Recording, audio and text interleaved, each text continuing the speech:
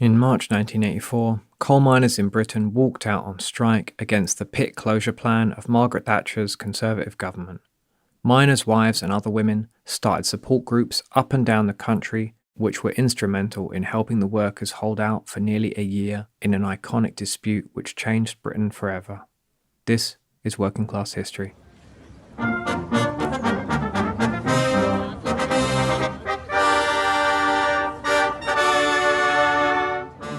Now, before we get into the main episode, some eagle-eared listeners may remember hearing our episode about women in the miners' strike before.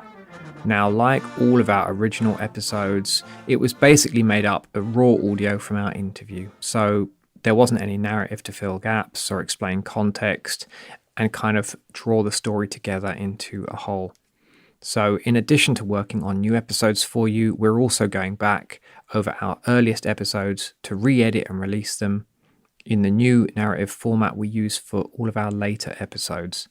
So the interview audio today is going to be the same quality as before, but there'll be added narrative with better quality audio to explain things and hopefully tell the story in a more cohesive manner.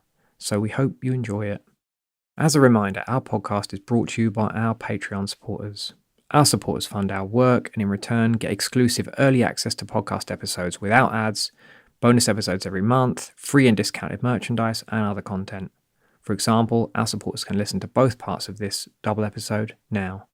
So if you can, please join our community and help keep our collective history of struggle alive. You can learn more and sign up at patreon.com/workingclasshistory. Link in the show notes.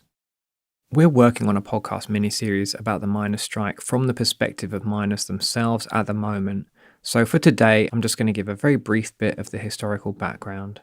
At the beginning of the 1980s, coal miners in the National Union of Mine Workers, NUM, were the best organised and most militant section of the working class in Britain. As detailed in our episode 81, miners had held successful nationwide strikes in 1972 and 1974 when they won big pay increases and brought down the Conservative government of Edward Heath. With the election of Thatcher in 1979, her Conservative Party were determined to reshape the UK from a more social democratic state with high levels of state ownership and where working people were organised and had some economic power, to a more neoliberal one where there was more widespread private ownership and there was a more atomised working class, which wasn't able to exert its own power. Thatcher's strategy was to isolate different groups of workers and defeat them one by one. The most important group of workers they would need to beat were the miners, who up until that point had shown that they were willing and able to confront the state and win.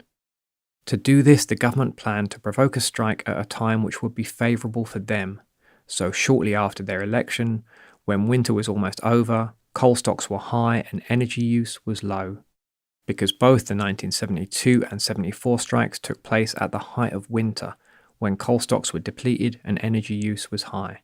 And most electricity at the time was from coal-fired power stations. So they would announce a plan to close pits and lay off miners, to which the NUM would have to respond with a strike. The government's hope was that they'd then be able to sit out the strike until the miners and their families, not earning any wages, were basically starved back to work. To this aim, the government stockpiled enough coal and coke to last 6 months and slashed state benefits that would have been available to strikers and their families.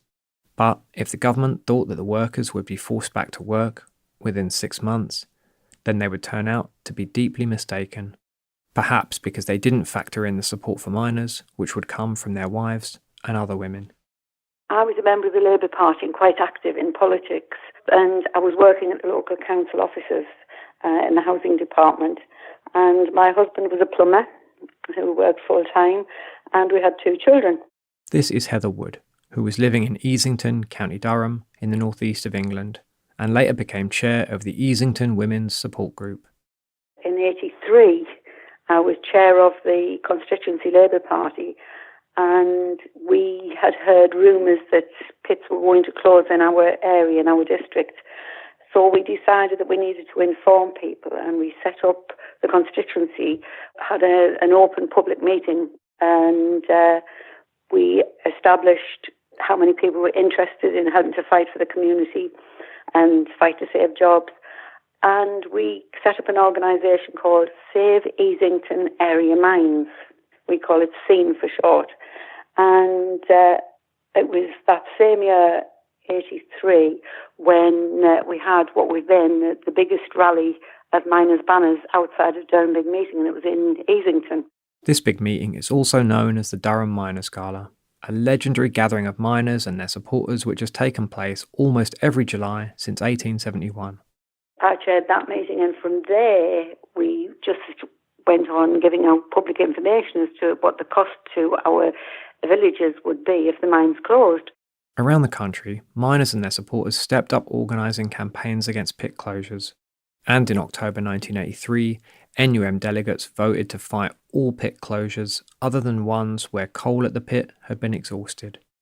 In March 1984, the government announced that collieries in Yorkshire would be closed, and workers there immediately walked out on wildcat strike. They were soon joined by a majority of miners nationwide, and within a few days, the NUM called an official national strike. Right away, activists like Heather began supporting the strike and raising funds to help the workers. Of course, along in early 84 came the strike, and my own village, the pit, voted to come out on strike. And my husband and I said, well, two things. We wanted somebody to fight the government. The second one, and the main one, was we want our community to remain as it is, a close-knit community who help each other. So we decided that we'd give £5 a week to the fund. But, as with everything in my life, it was like Topsy. It grew and grew and grew. And I decided a couple of weeks into the strike, I mentioned at the SEAN meeting, that we needed to get at the women in the mining communities, because without the women, the men would not stay out on strike, because contrary to public belief, miners' wives are not held down, they rule. And if their wives had said, you go back, they'd have had to go back. So what I said was, all the literature that was coming out to the villages then, to the houses of miners, was from the union. So it was more than likely to be read by the men and not the woman of the house. So we got together, three of us, Dave Temple, Brian Blanchard and myself, in our house, and we put together a letter for every woman in Easington district. We had to do that because there was nobody had a list of where each miner lived in the district, so we just decided to leave it at every house. We had a meeting of women in the council offices at Easington Village. The council chamber was absolutely full with women. It was wonderful to see that so many wanted to be part of and wanted to support and stand beside the husbands or the brothers or the fathers. And from there, we formed the first support group, which was in Easington Colliery. In mining communities up and down Britain, other women, particularly miners' wives, also started organising groups to support the strike. They were raising money, setting up soup kitchens, and gathering and distributing parcels of food for strikers and their families. The same happened in Easington. I went to the miners' lodge at Easington just to let them know what we were doing. And just as an aside, the two of us women had to sit outside of the meeting while the men decided whether a woman could come into the lodge meeting. And after about half an hour, the debate had gone on, and they came out and said we could enter. And I remember saying to Alan Cummins, the secretary of the lodge, once I'm in, I'm not going back, you know. And he laughed, and it was true, because we went from strength to strength. But we set up from there, we went to all the different communities in Easington district and some beyond, and had set up support groups there. And I attended lodge meetings to let the miners know what each of those groups were doing. We set up in Easington district 14 support groups, which either provided food, that by way of a meal each day, or food parcels, where they couldn't provide a meal but they would raise funds for food parcels. And I'm pleased to say that I can now speak of my own community, Easington. We had our free calf was in Easington Colliery Workmen's Club, and for a year we fed people one meal a day for 5 days a week. And during the school holidays, I wrote to the county council to ask if we could use the school kitchens, and I'm pleased to say they said yes. So that made life so much easier. For instance, my mother was an ex-cook for school meals, so she knew the school kitchens well. And for the 6 weeks, we were able to provide a really good meal for those children. And the mum and dad used to pay for, and my mum would make a dessert for the children. So the adults didn't get a dessert for that 6 weeks, but the children got looked after. We raised funds from all over the world. And in fact, in Beamish Museum, there is a section that's called the Heatherwood Collection. And that has every photograph, every press cutting, every notice that we sent out to people about the strike and giving them information on where you could go to get this, that and the other, with regards especially to school uniforms after the summer holidays. So it was a busy year. Christmas, we did all sorts of Christmas, and we kept going for a year, and I'm proud to say I was part of it. Soon, women all over the country were involved in support groups, organising and also taking to the streets. In May 1984, up to 12,000 women from support groups marched through the streets of Barnsley against the pit closures. Without actively working in the groups, there were no more than a dozen women in each of the 14 groups. But the important thing to remember is it wasn't just the women who came out and did something in the support groups that kept the strike going. It was the women in the houses where they had to keep the household going on very, very little money. And that wasn't an easy task. So you're talking about every miner's wife was involved and was active in the sense that they motivated their husbands to stay on strike.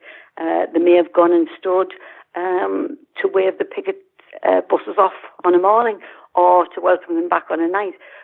So they were active even though they weren't out making meals or being organised as far as fundraising is concerned. But I have to say, the women in the support groups, a lot of them weren't politically motivated when they started. It was to save their communities and save their futures for their children and their grandchildren. So it was very difficult to talk to them about the political side of the strike. But as the weeks went on and there was sort of drip fed about what was happening, they started to ask questions and they started to want to go to places where there was political discussion and to want to be on the picket lines. And some of them actually spoke in public meetings, which they'd never ever done before, gone on television and been interviewed, helped to put together a book, The Last Calls of Spring, which was poems and songs and short stories written by the women of Easington. They were approached by Northern Arts to have a right-to-be in residence. Margaret Pine came and she wrote a play, Not by Bread Alone, about the miners' strike, and that was performed around the North East. Then it went to London, then it went to the Lamplish Theatre in Germany and Oldenburg University. So they were big things from women who came out to make a meal for a few hundred people. They'd ended off organising all this themselves. Fantastic. Involvement in the strike started to have a transformative effect on the lives of many of the women. Definitely did. As I say, at the beginning, they wanted to make meals, which is very important. But as time went on, they wanted to know more of what was going on with the strike, the political side of the strike, and they wanted to go and stand on the picket line and fight for the jobs in the community. That way, they didn't necessarily want to go and speak on television or in meetings, but they did it in the end because I was doing it all, and I said, it's just too much. You're going to have your names in a hat, and when it's your turn, you do it. And thank God they did. One woman who was one of the quietest people you could wish to meet, she ended off with one of the biggest rallies in Middlesbrough with Tony Benn on the platform with her. And all she said was, I work for British Coal, I'm a cleaner, and I'm on strike. My husband's a miner, he's on strike. We have 2 children. Can you help us? Now, the crowd erupted because it was obvious that woman wasn't used to being where she was. But after that, that woman went to Greenham Common, she came on rallies with us, she was out on the picket line, she wasn't frightened to speak up. Greenham Common was a women's peace camp set up in protest at US cruise missiles being stationed at the Berkshire Royal Air Force Base. That made all the difference there. So instead of coming out and doing a job and then going home quietly, sort of, it's a bit like they changed the world, but they hadn't realised they had, so they just went back to what they were doing. Where in the strike, it continued on, it grew. Some of them went on to be, Juliana Herron, I think she's been mayor twice. She's from the South Hetton support group. And she hadn't really been involved in politics before the strike. And she's still involved. There's people like her who've continued on the fight. There's women who went on to parish councils or who just became more active in the community doing voluntary work, fundraising for whatever, organising. And I think that's important to know that those women, although they were doing it before, they did things very quietly. Now they shout more and say, look, this is what we do and you better write it all down. It needs to be written for history. In mining communities, women's activism contributed to a shift in family and gender dynamics. As a note here for non-UK English speakers, bairns is another word for children. I think it was strange at first. Nobody ever really said anything, but it was strange to some of them because it was out of the ordinary for them to do. I mean, in our house, it was just something that happened. I was always out doing something politically, but it was something that changed. And I've got no doubt that it would have been difficult because the men, this is where it comes in, the masculinity to me, because it's not even the masculinity, just the fact that they would normally be at work. But now they had time on their hands, so they were taking the children to school. They were standing at the school gates to pick the bairns up. They were housekeeping because a lot of the women went and got part-time jobs at factories and in shops. So they were now looking after the household. So there's bound to have been some, because, I mean, if it was in our house, I'd be saying that John couldn't do it as well as I could, so there would be aggro there, apart from having no money. But so there's bound to have been, and I know as we went into the strike, as the months went by, the women in our support group in Easington, I can speak for now, they were getting quite despondent, and money was getting really short, and bills were coming in, so tempers were getting fraught. And I remember there were a few Barneys just within the women, and I'd said, I tell you what, when we meet every Thursday, which we did to organise the following week, just when you're at home, write down how you're feeling about something, or just come and speak on it at our next meeting. And they did that, and that's where, there was some really humdinger of arguments, but what I said was, you do that in the meeting, and then you walk out. The cause is bigger than you, and your argument with whoever, we're united when we walk out that door. And you know it worked? It actually worked. And from there, they did write songs, stories, poems, and they were published. So out of all that aggro came something that was really good. The women were stronger, they worked better together, and they put together a book, which they would never have done probably. So yes, I think there's been arguments. I've got no doubt about that, because it must be strange. You're changing roles completely. There were divorces, but in the main, everybody was united, all stood together. Despite the macho image many people have of mining towns, women there have always played active roles in their communities. I think that's a fallacy, because, as I say, the women have always, when you look back in the history of mining communities, it's always been the women who've come out to get things done.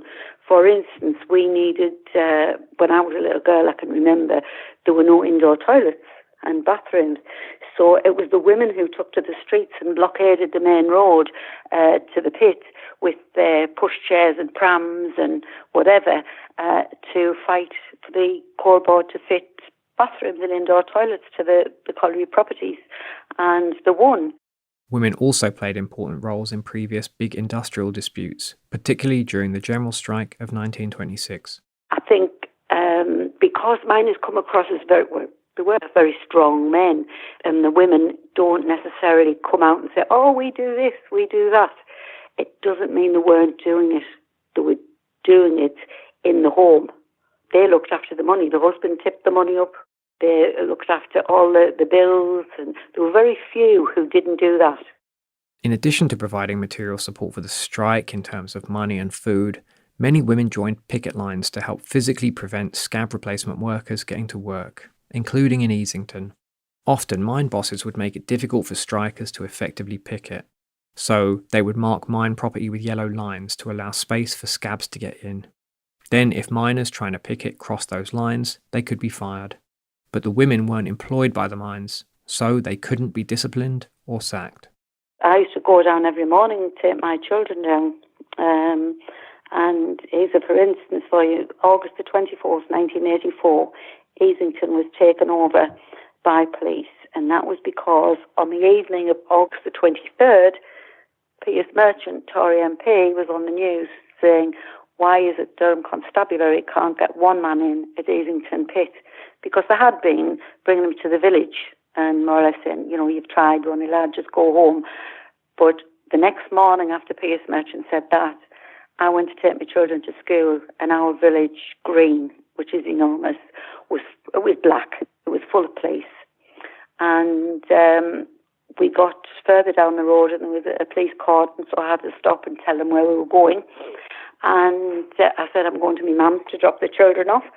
And he said, okay, you can go. And just as we were passing, before I got the window wound up, the youngest son shouted, but Mum, you didn't tell him we were going to picket lines first. And I could have killed him. But that was me going to the picket lines. But there were other women who went, and they went a lot more than me because I was working. They went and stood, and one of the things we always say is they were going to arrest women because we were shouting scab. So we put half the women at one side of the road and half at the other, and one half shouted scat and the other shouted ab. So we got it in unison eventually, and we couldn't be arrested. My mum was on the picket line the day the first man went back at Easington Colliery, who lived in Easington. And she saw the women were telling me because I wasn't there. She said, I can't shout scab. So she shouted, come on, Bonnie lad, don't go back in. And as it happened, he didn't go.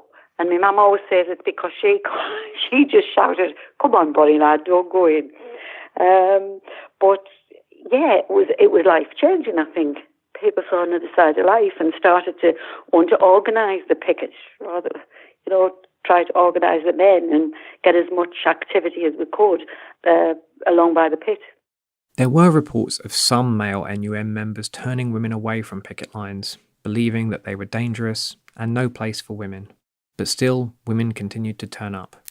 Some women organised themselves into groups of flying pickets, travelling to working pits in places like Nottinghamshire, where a majority of miners were scabbing on the strike. Police responded to women pickets with arrests, violence, and frequently verbal abuse, which was often sexualised. It was name-calling. That was the biggest thing. I can't think... I know there were women in different parts of the country, and there were a couple of women from Hetton, Florence Anderson being born, who were arrested. But in Easington, it was name-calling. It was trying to put you down as a woman, It was waving £10 notes in your face or in van windows as they were passing you. You were made to feel like dirt. I'm very frightened. I was frightened. I'm no shame in saying that. I was frightened because I'd seen what they could do. And I'm still frightened because I'd seen what the state can do. They were an arm of the state. And if the state can do that to people who weren't at risk to the state, what else can they do? So frightening. Police were also happy to arrest and frame pickets and disguise their identities in order to brutalise strikers and their supporters. They used to stand at the pit yard outside the pit wall, and they would be linked arm in arm, and every now and again they would open up and just take one lad through, and then they would arrest him and he would be charged with God knows what, and he'd be at court and then he'd be in prison and never done anything in his life. I keep saying to people, that can't have happened, but I saw it with my own eyes. There was somebody last week said to me, the reason the police didn't have numbers on the jackets was because they were torn off by the miners. Well, August the 24th, I watched them come into my village, and they came in with no numbers on their jackets. Also, there was no fighting, no problems as such, no hand-to-hand fighting. At that point in Easington, there was not. So it's a lie, it's a fallacy, it's a misinterpretation of what went on to say that they came in with those numbers on the jackets, because they didn't.